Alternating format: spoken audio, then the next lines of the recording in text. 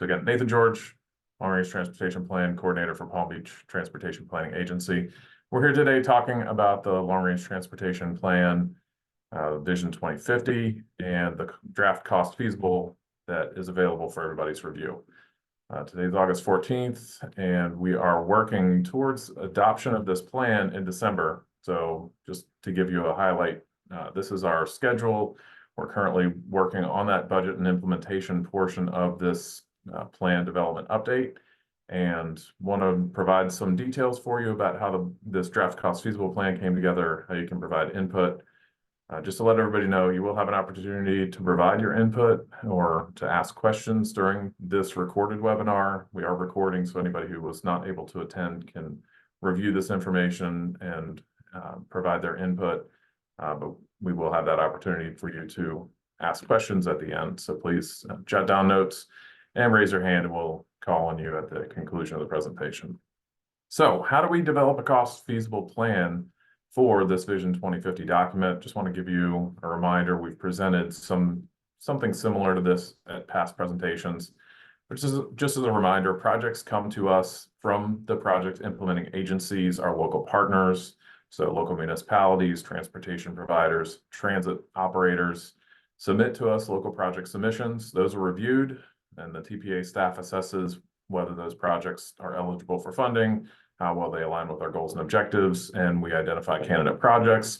We went through our public and stakeholder input process to receive input, to identify any concerns or excitement around projects. And from that full complete process, we developed this list of cost feasible proposed draft projects. I'm going to walk through what each of these means, but we've got the draft of illustrative priorities, the draft of committed priorities, and then the local desires. And I'm going to explain in a little bit more detail what each of those means. Basically, we've got our committed projects. They're fully prioritized projects. Those are projects that have full funding in terms of the LRTP. We also, in this LRTP update, are presenting partially prioritized planning studies. There were some elements of that in the 2045 long-range transportation plan. We're proposing a lot more of that in this round. That allows us to effectively vet and identify true project costs, work out feasibility considerations. So getting back to planning is a term that I've used in recent presentations for those kinds of projects. Then we have illustrative priorities. Those are projects that are prioritized, but there is no financial commitment. And we do that as an agency to support our locals who are pursuing discretionary funding, funding that is not directly administered by the TPA, but allows us to provide those letters of support. Or those projects can still be funded locally. And then the local desires, those projects that are incorporated into this plan just by reference, but they're not TPA supported, those may be funded locally. And I'll walk through what that means in the long term as my next slide. So anything that's classified as a local desire, these are the projects that we reviewed and did not deem them supportable at this time. There were a lot of projects that we received. And so those local desires are recorded, and they can be reconsidered in the future based on improved alignment with TPA's goals and objectives. So better alignment with our performance-based outcome that's expected of agencies like the TPA and MPO. Those projects can also be submitted through discretionary programs, including our transportation alternatives or TA. And then you can also develop successful planning to demonstrate that those projects are feasible, that strengthens, whether or not that project would be in good alignment with goals and objectives. And those projects can still be delivered through local funds. So just a reminder that we're providing full transparency by reporting all of these projects, allowing for future consideration or reevaluation of those projects. But for right now, they're not TPA supported. Cost feasible plan priorities. So I mentioned the illustrative projects. These are those projects that are TPA supported, but don't have any financial commitment. In the list that you see, you're going to see 85 projects that are illustrative priorities. The cost can't be quantified for these because we don't have complete cost information. Some of the projects that we put forward for support just don't have cost estimates assigned to them yet. But that cost exceeds $5 billion in current year, fiscal year 24 dollars. So that's a substantial amount of need in our region that the TPA is listing as support. And all of those projects come from our local project submission list. And then there are the cost feasible plan priorities, the bulk of what we want to talk about today. The first side of this slide is on the left, the established priorities. So these are the projects that come from the 2045 LRTP, or we are incorporating all of the annual funding programs, the records for those, and attributing the outstanding funding needs for those projects to be delivered, those that have been prioritized but are not currently funded. That is 83 projects at about $630 million of committed projects that are already existing TPA supported and prioritized projects through our long-range transportation plan or our list of priority projects, the LRTP. On the other side of this table is what we're here to talk about today, the new priorities. So these are the draft priorities that we're putting forward. Of those, we have 56 projects totaling about $435 million. And each of those comes from the local project submissions. And I'll give you a little more detail about the financial breakdown of those, because as I mentioned, not all of those are full commitments, but some would be committed as studies. Just a reminder of the project types that we're talking about. So when we talk about projects, we had requested the project submissions based on purpose and need effectively. So what project types would be provided as that funding is allocated. And there are a variety: bridges, complete streets, emerging technology, freight, maintenance, resilience, roadway capacity, the conventional widening of roadways, safety improvements, and transit.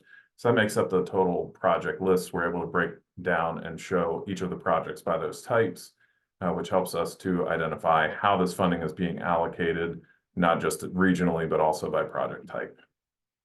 I want to highlight for everybody the key priorities that are being presented in Vision 2050, what would be our new priorities, with exception of the first line, because I want to highlight the continued emphasis that this agency has on providing enhanced transit in Palm Beach County.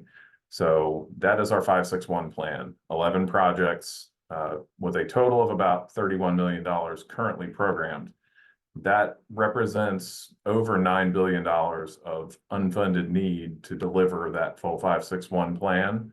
Based on current estimates, those numbers will change. But that's continuing what was in the 2045 plan, working through our mobility vision efforts to understand and quantify better what that total cost is going to be. And that reflects our most recent estimates and the current funding that we have allocated, plus some additional funding that's been penciled out for some of the corridors that did not have current prioritization in terms of funding. And then additional projects that you'll see a lot of where we've prioritized funding: complete streets and safety. So this is intersection improvement projects, projects that would support transit, ped and bike access, basically anything where you go out and retrofit a street or an intersection to make it safer and more accommodating. We have 38 of those projects that are recommended for prioritization, roughly $77 million worth of prioritization in the cost feasible. But that's mostly for studies. Some of those would be full implementation projects. There would still be a lot of outstanding funding need, over roughly $740 million of unfunded needs. So as those projects would be screened and the full cost and all of the feasibility is assessed, then those projects could receive full allocation as they work through the process. So we're leaving a little bit of bandwidth in our available funding to account for projects that get completed studies and could then be delivered either through discretionary funding opportunities or through TPA allocations of funding. And then the final large chunk of prioritization in the draft cost feasible is emerging technology. This is setting up transit signal priority, teeing up opportunities for connected vehicle technology. We have 22 projects in that category, roughly $365 million of program costs. Again, big number. I've just received some updated information, so we'll see this unfunded need change, but it represents, as presented currently, over $4 billion of investment in emerging technology.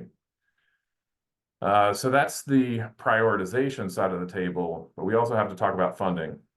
I'll explain why in just a minute. So the TPA assesses our available revenues so we can establish a financially realistic plan in our draft cost feasible that's required of us by the federal government and the state. So currently we have about $872 million expected to come into our region over the period we're prioritizing. That represents about $41.5 million per year that TPA allocates over the life cycle of this long range transportation plan. And then we take the projects that we prioritized, we allocate those out over time bands using inflation and accounting for those revenues. The first part of the long range transportation plan is our existing funding plan, the Transportation Improvement Program, or TIP. So everything I've talked about today has no influence over the TIP. TIP is an established background funding plan that is reflected and informs the first part of this cost feasible, but we are not changing it. We are prioritizing the funds that come after.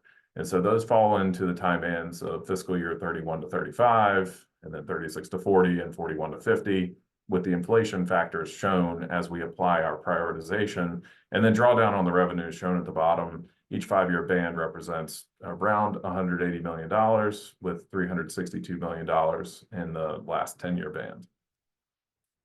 And the reason we look at our revenues and expenses is that we need to ensure that our expenses do not exceed. So revenues are greater than or equal to expenses. So we have a fiscally constrained plan. So we need to achieve that level of balance or ensure that there are more revenues than expenses presented in our cost feasible plan. Otherwise, it would not be feasible.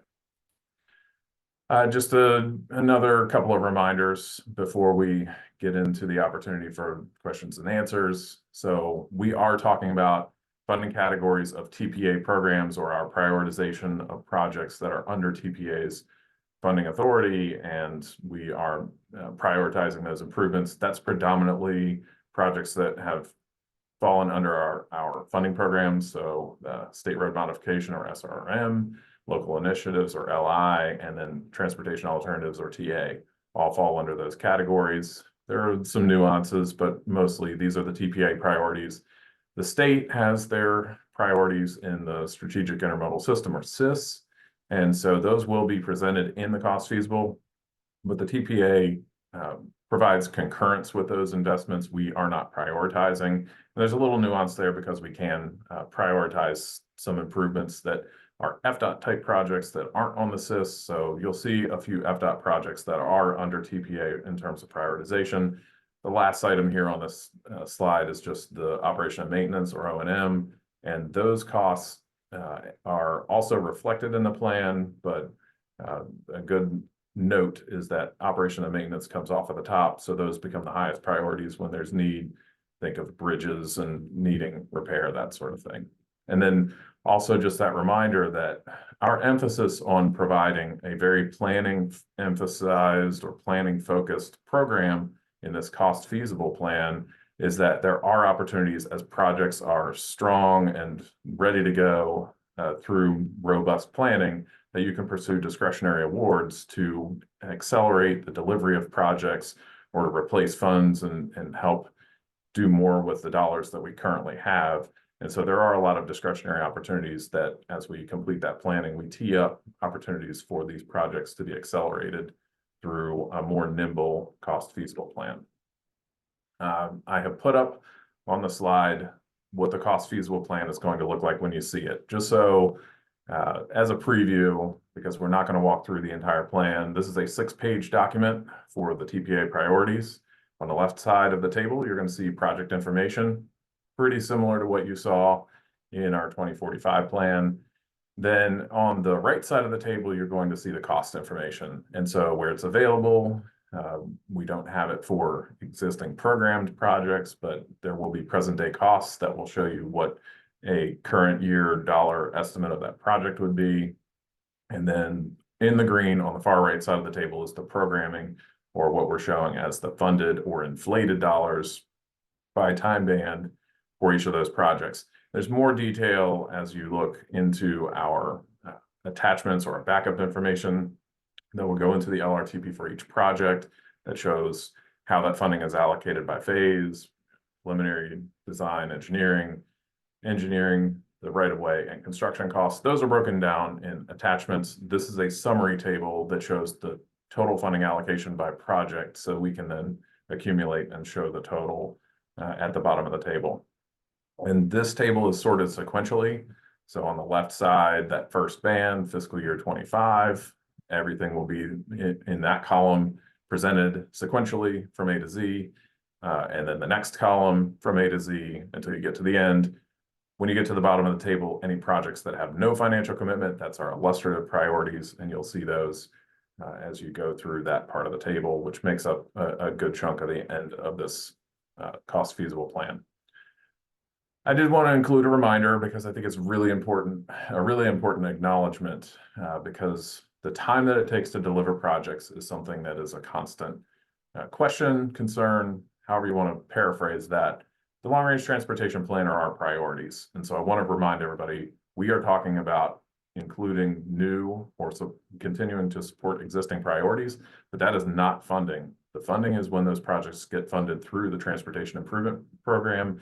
And this is just another reminder, stronger planning, projects that are supported by planning are going to work through the funding process more efficiently than a project that has no planning support. So that's one of the areas that we're really trying to emphasize with this draft cost feasible plan, get a lot more planning funding up front, and then have stronger projects to pursue discretionary or direct allocation of funding through the TPA. So those projects are stronger and more likely to succeed once they do get that funding. And just a final reminder, the long-range transportation plan is about supporting the TPA's goals and objectives. We are about supporting a safe, efficient, connected, multimodal system of transportation in the county. And we want to include resilience as an important part of that. So just a reminder that if projects are not supporting these goals and objectives, they do not have that performance-based outcome, makes it more difficult for us as an agency to support them. So for everybody, we have posted the full table to the website. So if you go to palmbeachtpa.org/cost feasible workshop, that is where you will find the funding table for review. Again, it's about 6 pages long. It's a lot of detail. I encourage everybody, if you have questions, please reach out and let us know. We also have maintained our interactive Esri online mapping tool. So that's a way that you can provide input. Just go to review a project. You can use a search bar to find the project you want to provide your input on. But that's where you can go and find a project, if it's funded or not in the cost feasible plan, and submit your feedback for our review, just so we can use that as a tool to allow everybody to provide their input. So that concludes the presentation. I want to open it up to anybody if they have questions. I know that was a lot of information, but did want to put as much information in front of you as we possibly could. And so I will toss it over to Khurshid.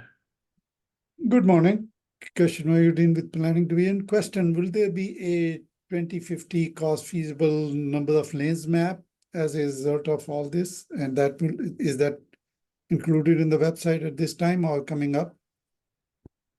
I'm sorry, could you repeat your question? I missed what you were saying right at the beginning. Would there be a 2050 cost feasible plan number of lanes map? A number of lanes. So we have in our database, there's a modeling section that does include that information. It's not something that you're going to see in this plan, but in the project description, you will see a detail of what lane addition is being assumed. So predominantly in the cost feasible plan, you're seeing the managed lanes on I-95. And I imagine your curiosity is, how will the county's projects be reflected? And what I've presented is the TPA priorities for TPA funding. There will be a table of the local Palm Beach County 5-year road program improvements that are assumed to be cost feasible. That's not going to be something that we're committing or saying that these are TPA supported. We'll just be acknowledging those for modeling purposes to ensure that the county's financial investments are reflected in the model accurately based on available revenue sources. So the same revenue to expenses expectations that we have for TPA priorities will also be reflected for county investments through the 5-year road program or other funding mechanisms that the county has. Actually, my question was that would the table be reflected in a map format? That's all. I believe it could be reflected in a map, but at present, that's not a Okay. direct outcome of the process we're working through. Okay. Andrew, did you want to offer? Sure, Nathan, thank you. I'm also the TPA. So, Khursheed, yes, the consultants are finishing up the coding right now, this week actually for all the projects. So that final cost feasible network map should be available by next month, maybe sooner. So when we're getting closer to the final of this adoption, that's going to be available to you. And we'll have it, obviously it'll be in the network for the cost feasible network for people who run modeling, but also that number of lanes map. Yeah, that would be very helpful in review. Thank you.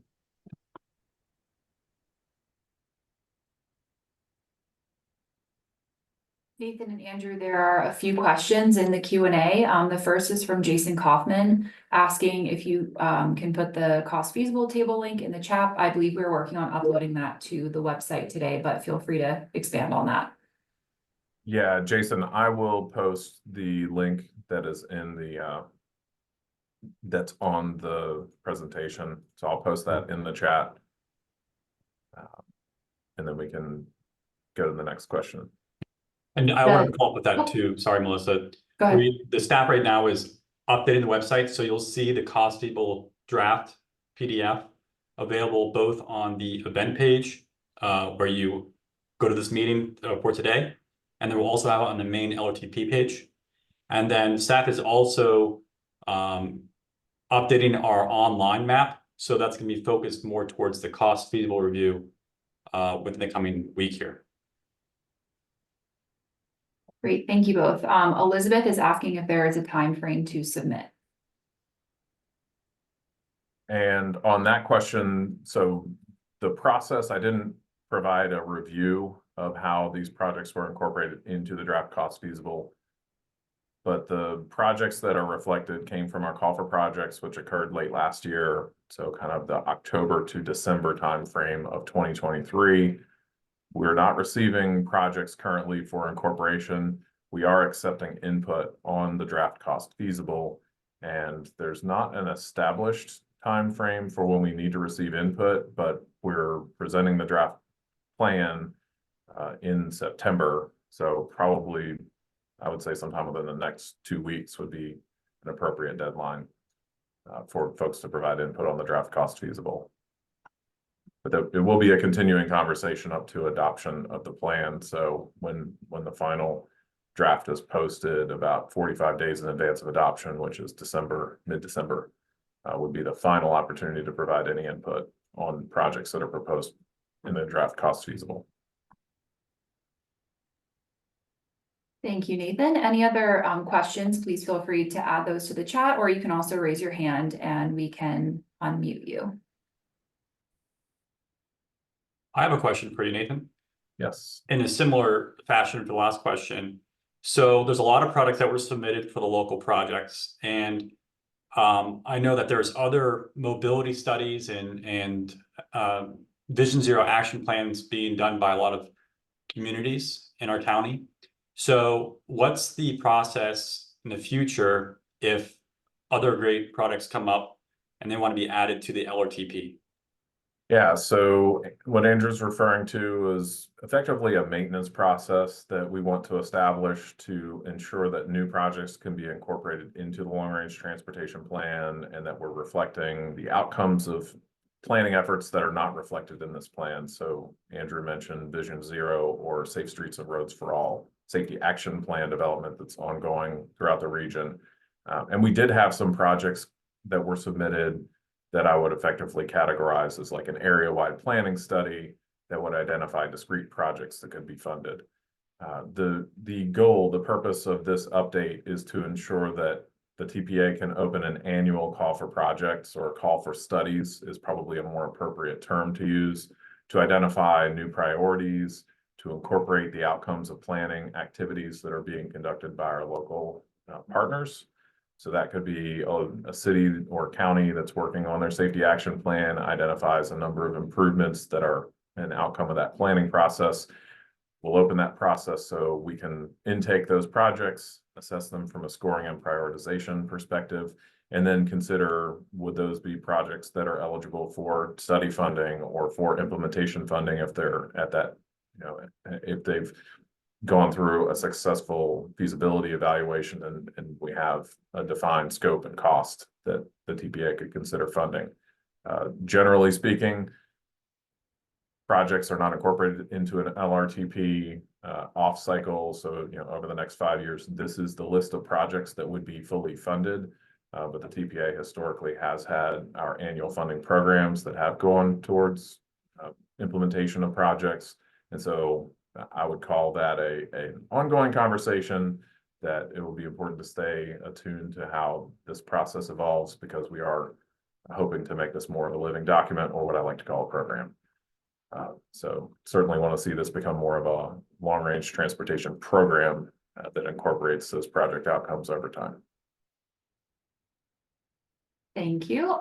Sal is asking, what are the sources of revenue, and when in the cycle do you get concurrence for revenue and cost approval? Sal, I see you have your hand raised as well, so I'm going to unmute you so you can talk if you'd like.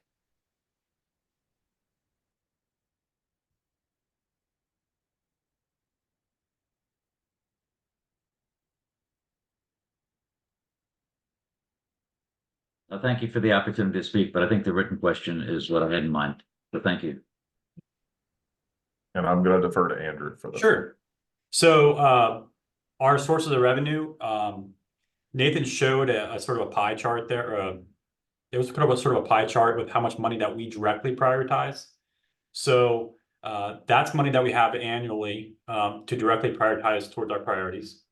He's going to go to it. Here we go. So it's 872 million over 21 years. So it's around roughly 40 million a year that we can prioritize. Most of these are federal funds. There's a few state funds in here that have to be spent on state roadways. But the bulk of our revenues are from federal sources. So it's gas taxes, tire fees, and a few other ones that come to our area based on population that we can fund. So what you see directly prioritized by a TPA is around this $41 million. There's additional revenue sources in there. Nathan mentioned the strategic intermodal systems. The state is building out their main thoroughfares of I-95, Turnpike, and other major facilities. They use additional federal and state sources for that. We do approve those, but don't directly prioritize those. And then that illustrative list that Nathan mentioned, and even the ones that aren't cost feasible list that we plan on prioritizing and programming into the future, they may be eligible for federal or state discretionary grants. So when we believe products are competitive to go after those funds, we will go after those funds at both the federal and state level. Hopefully that answers your question. It sort of answers it. I know we got local funding through municipalities, obviously, and that basically amounts to a tax increase to any of us as residents. And you're saying the majority of the lion's share comes through federal funding. That's taxes as well, too, eventually, or initially, okay? The only other observation I make, and I thank you for your time, I know it's a lot of work that you're doing here, and I appreciate all that you are doing. But, we're focused on building roads and bridges and infrastructure and whatever. The Treasure Coast Regional Planning Council had an estimate of 30,000 people a year coming into Palm Beach County over the next 10 years. That's 300,000 more people. And then let's assume that's about 75,000, maybe 80,000 more cars, okay? What are we doing to reduce the traffic? You can't go anywhere now in Palm Beach County within less than 30 minutes, and you've got traffic that is excessive, and it's not even the season. And the truck traffic and the mix of traffic has really increased. So what thinking is going behind not building anything, but reducing the amount of volume of traffic that we have? Yeah, I think those are great questions, and we touched on them early in this process, talking about our goals and objectives. The Palm Beach Transportation Planning Agency, or TPA, operating as a Metropolitan Planning Organization, or MPO, we are charged with undertaking a process outcome-driven approach. And so it's our objective to make investments or target investments that will improve our performance measures, things like travel time reliability, which effectively is traffic, as you referred to it. And there is that challenge of we can make investments. They don't necessarily have a measurable outcome in terms of things like accommodating growth and receiving the type of growth and traffic that we're projected to receive in this region. That's why this agency has focused a considerable amount of effort on mode shift, providing alternative accommodations, ways for people to get around more efficiently or more efficiently using space through modes like transit, to allow folks to continue to travel through our region in a way that's efficient and reliable. But those are, as I've noted in this presentation, considerable investments, billions of dollars. Takes decades at times to build those networks out. And so it is our responsibility as an agency to target those investments and work through the planning efforts to draw in the discretionary funding to make those sorts of visions a reality. And I'd say that's going to be a continuing conversation that the TPA has at the regional level, both within Palm Beach County and with our partners to the south in Broward and Miami-Dade, to try and address the growth and the pressures that we're continuing to receive with traffic and demand throughout the region. So I'd encourage you to continue to follow that conversation because it's a very major emphasis that this agency has. It's one of the reasons I came to work here. I appreciate all that you do. I mean, Valerie and I have talked about it because we've been on strategic planning groups at the chamber level and all that kind of stuff. But reality is, we're going to get more people and more traffic. Yep, we understand and agree. Thanks for your comment. All right, thank you, Sal. The next two questions are from Victor Martin. Where do the funds come from for projects, which we've talked a little bit about, but Nathan, if you want to expand on that a little bit. And then also, may a community develop and fund independently their own programs separate from the TPA? I can start on that again. So just to clarify a little bit more, the majority of the funds for local, state, and federal, right, are coming from gas taxes. There's other avenues depending on the level of funding.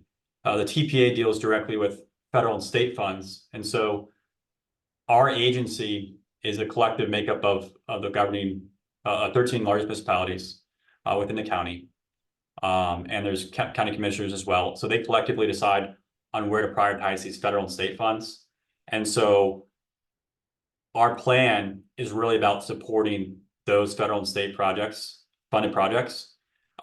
When it comes to some of these independent things that locals can fund, they can do so without needing any TPA approval.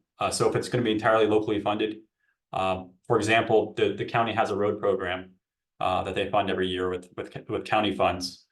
Most of the gas taxes, impact fees, and maybe a few other funding sources that are local, those are entirely mostly separate from what we would approve, right? So there's a lot of them don't have federal and state funds on them. They're being accomplished by the county with their own local funding sources.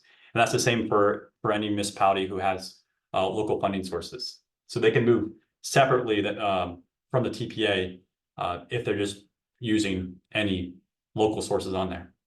Now, if they are going for federal funds outside of the TPA, that's where they do need TPA support. So if a product is done by the locals that does not have TPA support and it's going after federal funds, that's where there would be an issue there, and it has to be consistent with our plan. So anything that they're going for federal funding level should be adopted into our LRTP.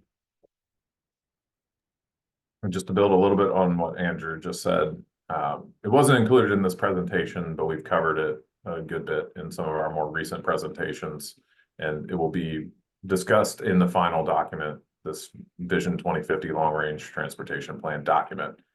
But the TPA's focus is regional and the regional transportation network. And when we're talking about local needs and local funding, there are also a lot of projects that are being delivered locally that are ineligible for our funding programs. So we're not reflecting a sidewalk project on a small local neighborhood street. We may reflect that that investment has been made just to show that there are transportation investments being made locally. But the TPA would have to fund those sorts of investments through a discretionary program because our target, our emphasis is on moving people through the region, facilitating movement of goods. And so those more discrete investments with very limited exceptions are not the target of this plan. But they are certainly needs that the local, your local municipality, the city or town or the unincorporated part of the county you live in, those are still needs in your neighborhood. They fall below the scope of our focus, which is major roadways, interstates, the transit network.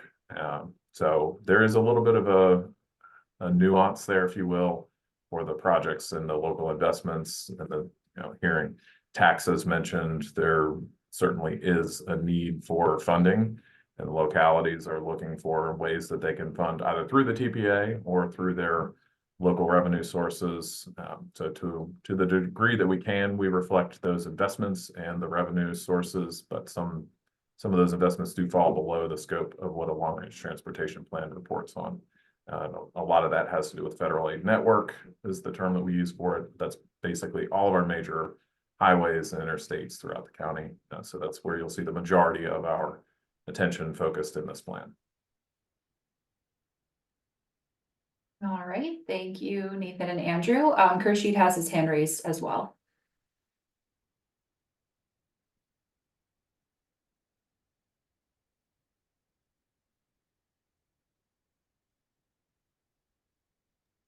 Yes, my question is that I saw 31 million funded out of the need of about 9 billion for transit.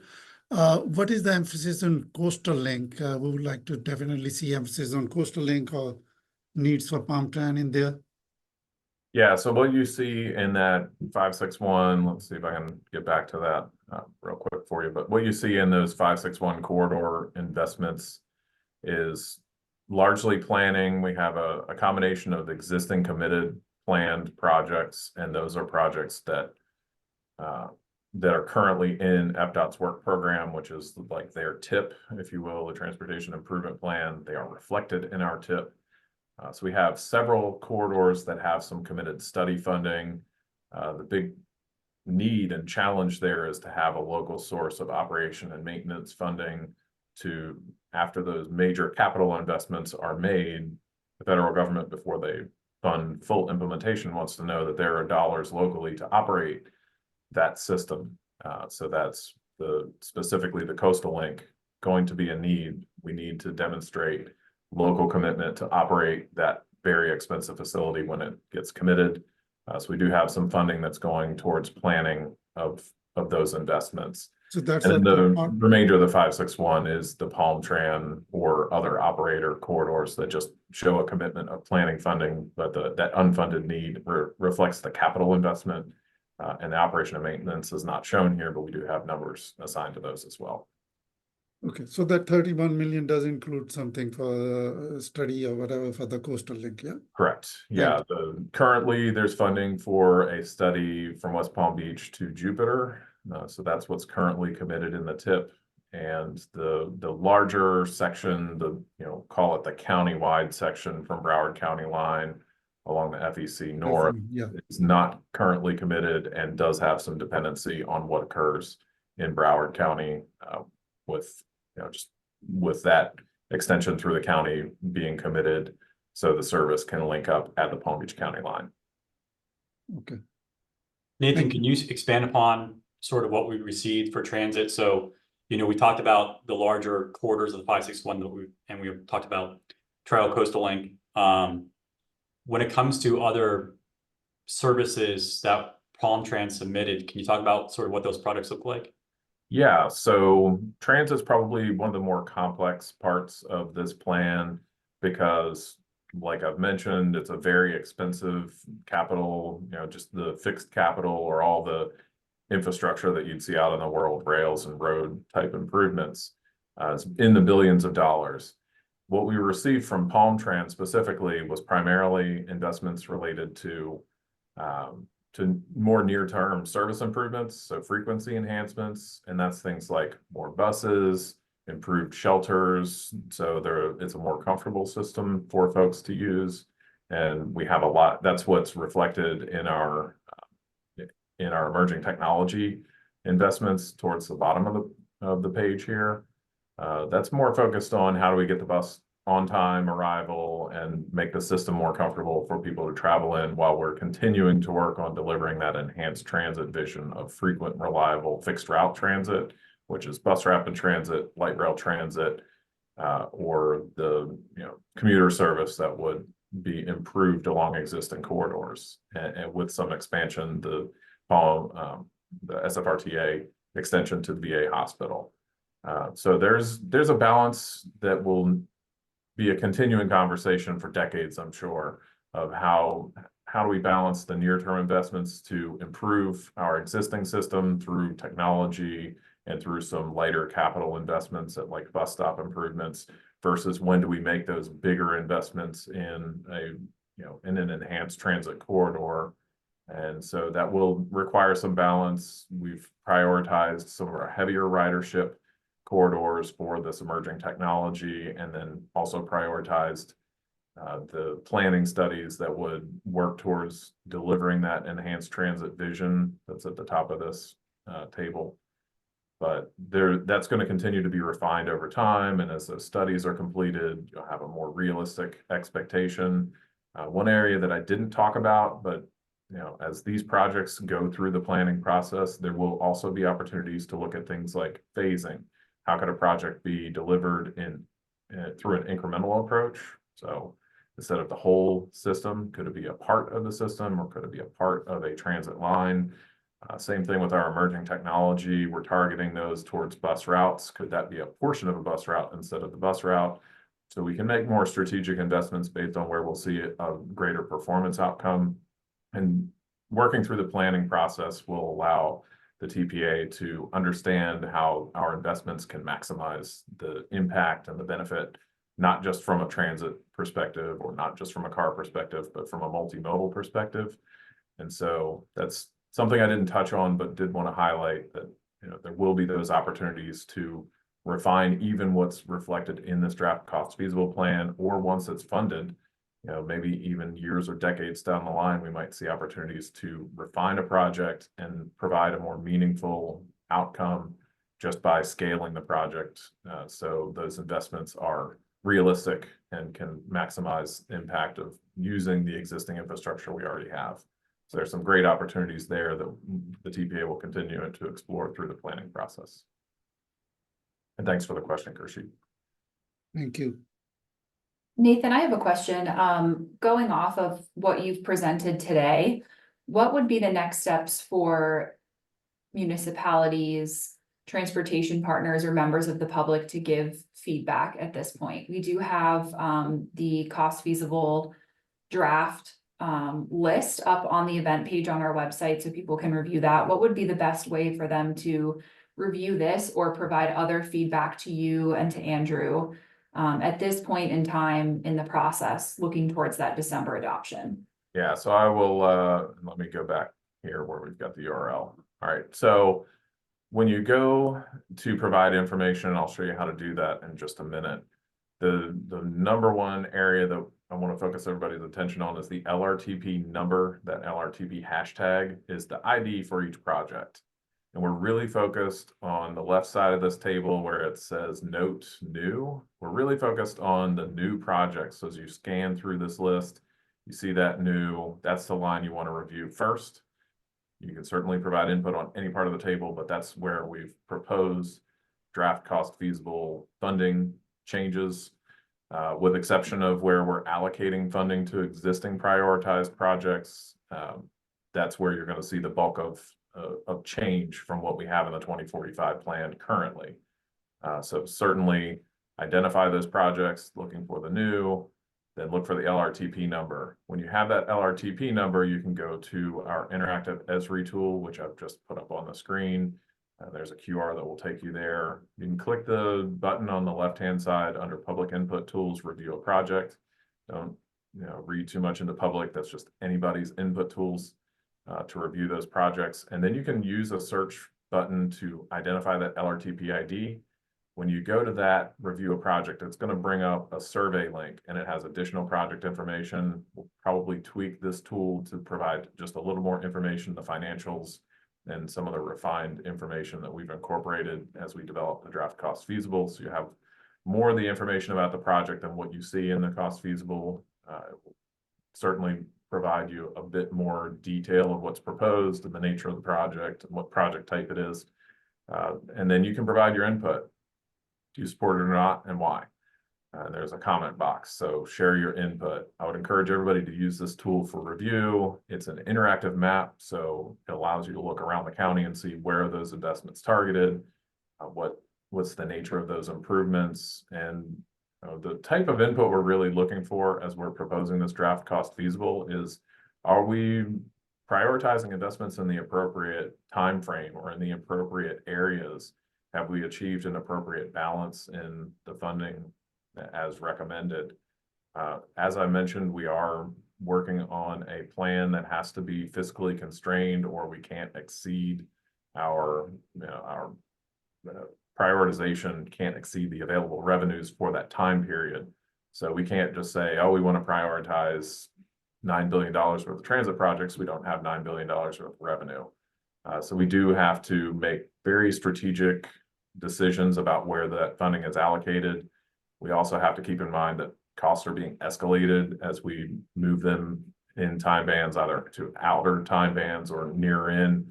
That does influence the projected cost. That's important because we need to inflate costs to be realistic. Inflation is a reality that we work with when we deal with capital investments. So we need to realistically take a current year cost assumption and project what that cost would be in outer years. That way we don't have a surprise when we go to program those costs in the future. So I'd say provide input using this tool, utilize all the search features and all of the very robust capabilities, as I'll describe it, in this platform, and provide your input using the comment tool. And tell us if you support projects or not.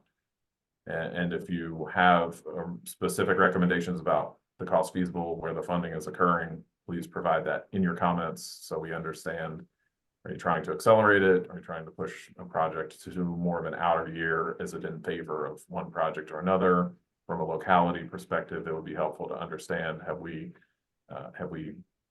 prioritized the appropriate projects? We've made our priorities based on goal alignment.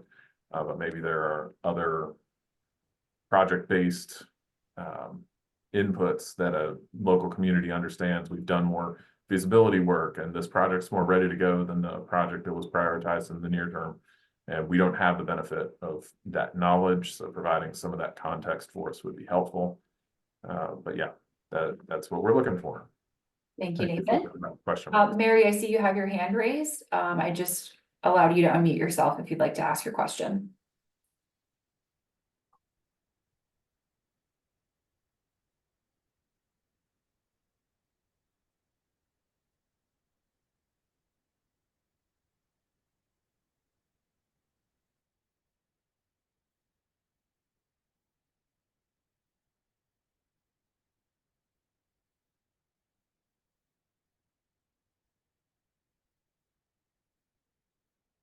While we're waiting for Mary, any other things, Nathan and Andrew, that you wanted to add on while we wrap up within the next few minutes? Anything that you want to expand on or share with everyone that's here this morning? Just timeline wise, so this is our first, view of the list. We'll take public comments all the way till adoption. But really, we'd like to start getting this list in a pretty good final form as we head into September. We're going to have the formal review at our committees and board of the draft LRTP in October. at those meetings. We'll also be doing a few other workshops around that time in the communities, and probably some virtual meetings as well. But there'll be some formal actions on those heading into October. And then the final adoption is going to be in December at the governing board meeting.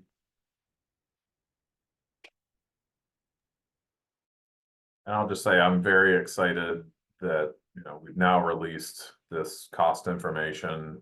What's really exciting for me is that we have incorporated a lot of additional transparency, developing this product that everybody has the opportunity to review. The thing that's most exciting to me is that we have more realistically presented those unfunded needs. And the one highlight that I want to share there is that we prioritized a lot of studies and left some available capacity in our revenue sources, so that as studies are completed, we can prioritize implementation of projects. So those unfunded needs reflect a 2041 to 2050 dollars. And potentially we can see some of those costs get moved into earlier time bands, get allocated based on the available revenue sources. So that number is hopefully overinflated for our total funding need in the region. But we've also got some really huge projects that are in this priority list, mostly in the illustrative category. So it's a much more transparent process. Hopefully this allows the agency to make much more discrete decisions about where to allocate funding in the future and deliver projects more quickly and more transparently. So I'm really excited to see how that process plays out.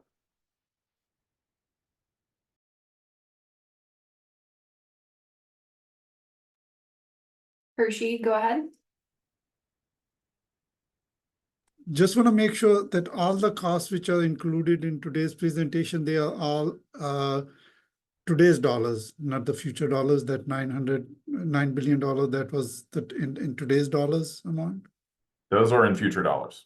So everything that is, and I included it in the header for that column, all of the unfunded needs are projected into the outer time band, reflecting that 2 times multiplier roughly. So it does present a realistic unfunded need.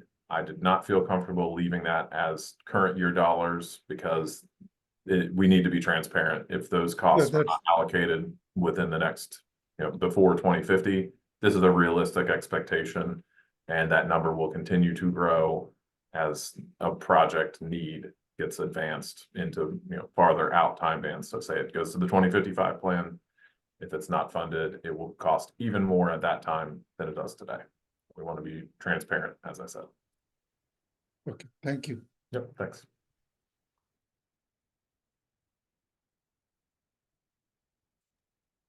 All right, I think unless we have any other questions, Nathan and Andrew, feel free to share any closing thoughts. Thank you everyone for joining us today. As we mentioned earlier, we're working on updating the website with the draft cost feasible plan for you to review. That will be available on the event page on our website. So if you go to our calendar and go to today's date, you'll see the event page there, and you can click on that and review. We'll also be updating the main LRTP page on our website with this information, and redirecting the URL that's on the screen here as well for you to be able to review those materials as well. But Nathan and Andrew, feel free to wrap it up. I just want to say thanks everybody for taking your time today to listen to this presentation. I want to encourage everybody to review this table, provide your input using the tool. Thank you again for taking your time to listen in today, and feel free to reach out if you need anything. Staff are here to help you as we work towards December adoption of this plan. We're very excited to see this plan get across the finish line in December. Thanks so much. Thank you.